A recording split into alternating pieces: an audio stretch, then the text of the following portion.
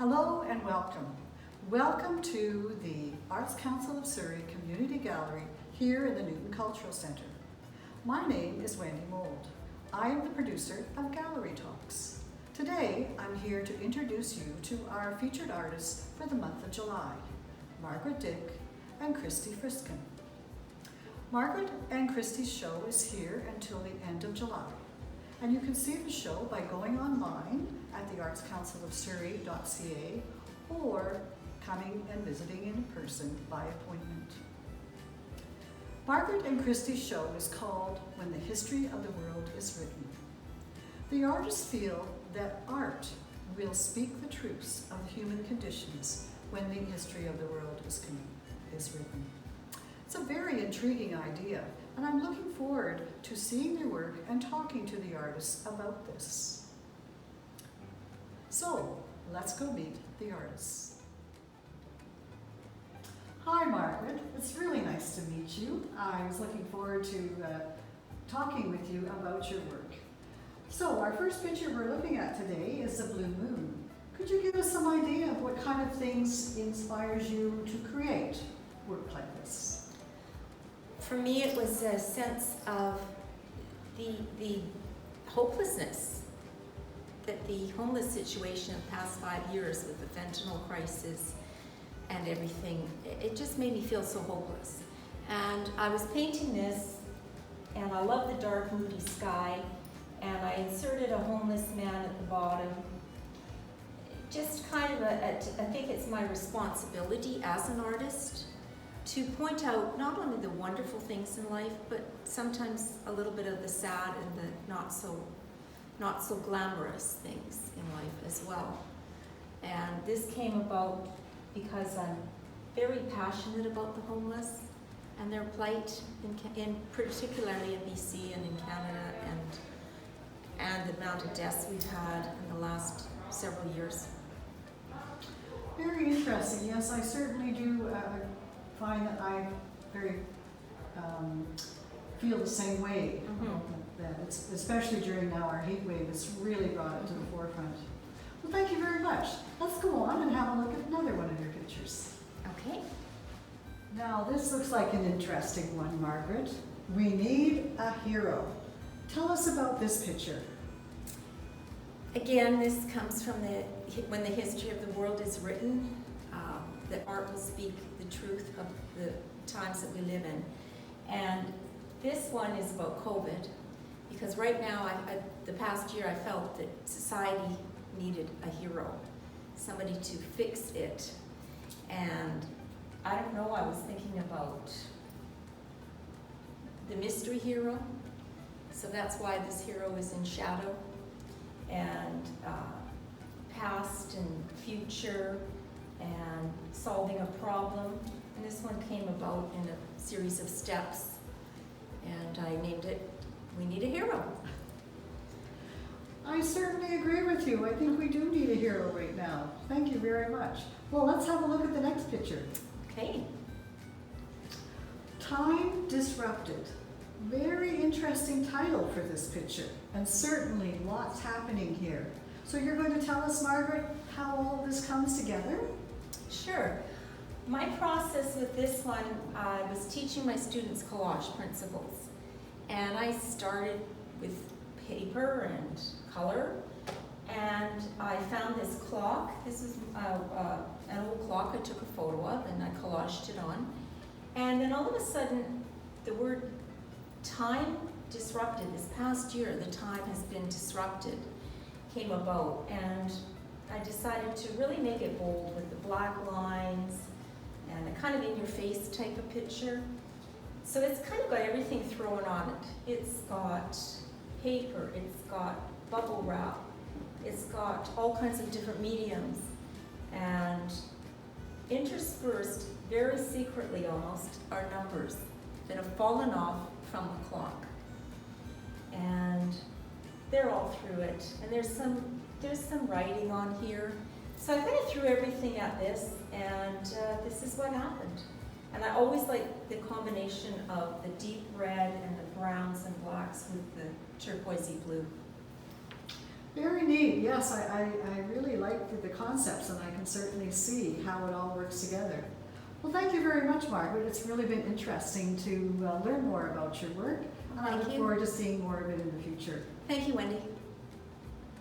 So hi, Christy. I'm really happy to meet you, and I'm looking forward to hearing about your art.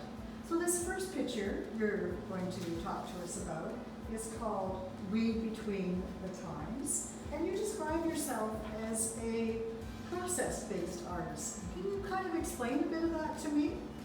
Yeah, so for me, identifying as a process-based artist is essentially my physical processes of how I create my drawings, as well as my inspiration for my drawings, very physical. It's very inspired by like my physical movements throughout the world, different world events, and then the type of movements that I actually make on my paper. So when I say process-based, it's not just about the end result, it's like everything that happens up until that moment where there's a piece of work that someone is looking at. So it's not just me sitting in my studio and then like, ta-da, there's something at the end. It's like everything that goes into it, like what I've read that day, any kind of interaction I might have had with, say, a stranger, whether it's positive impact or a negative impact. It's like I basically pocket everything in together and then I just like unleash it on the paper. So yeah. Oh, that's very interesting. I never really thought about it that way, but yeah, very interesting. Well, let's go look at another one of your pieces. Sure. Well, this is a really interesting picture. I love the colors in the tube, by the way, Christy. In for the long haul. Now, as you described your process to me earlier, you mentioned that your hands seem to be in control. Can you kind of tell us a little bit more about how that works in your production? Yeah, so it's I don't want to say meditative, but it is in a way. It's like an active sort of meditation in that when I, enter my studio space and I sit down, I have a process of what I do. I lay down my drawing board, I tape everything down flat, and then I just, pick up a color, definitely based on whatever mood I might be in. I might not know that I'm in that mood until I pick the color, throw it on the page, sort of attack the paper, and then the images emerge from there. So in it for the long haul, it's interesting because there are some of my drawings I can really remember like how I felt that day and the things that I was thinking about that day. Putting text into work is fairly new for me. It's really only something that I started doing during COVID. Although it's something that I thought that I wanted to do for probably 5 years. I just didn't know how that was going to look, and I just, trust my own process. I trust that, when I talk about my hands being in charge, when I actually start laying down words on the paper, I don't plan them, I don't pick them ahead of time. It just sort of emerges as I'm drawing, and I am very influenced by world events, like I think many people are. I personally like to turn my feelings of powerlessness into beauty, and so In It for the Long Haul is actually an abstract sort of landscape of a city under siege. And that day in particular, I was, reading stories about I'm not going to say the city, but like a city that had been bombed, and it causes me great distress to think about that. But it also then made me start thinking about cities that have been bombed throughout history, and they come back.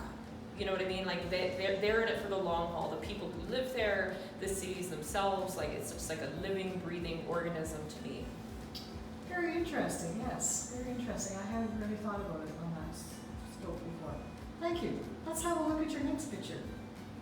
That'll be Caravan. So our last picture that we're looking at today, a Caravan of Love. And it's kind of a tough picture to look at. I realize that from what you've been saying, a lot of your work is reflecting what's happening in world events, and it's a major inspiration. Can you kind of talk about that for us? Yeah, so a Caravan of Love is inspired by people moving in caravans from Central America or South America up into North America in search of a better life. And this drawing is, I don't want to say it's to combat negative public discourse, but that's a simple way to put it. I just wanted to focus on the fact that, love is a driving force in people searching for a better life, especially when it comes to their children. Very true, very true. It's a tough thing to look at and think about. Well, thank you very much, Christy. I really enjoyed talking with you about your work and learning about it. And I just want to say that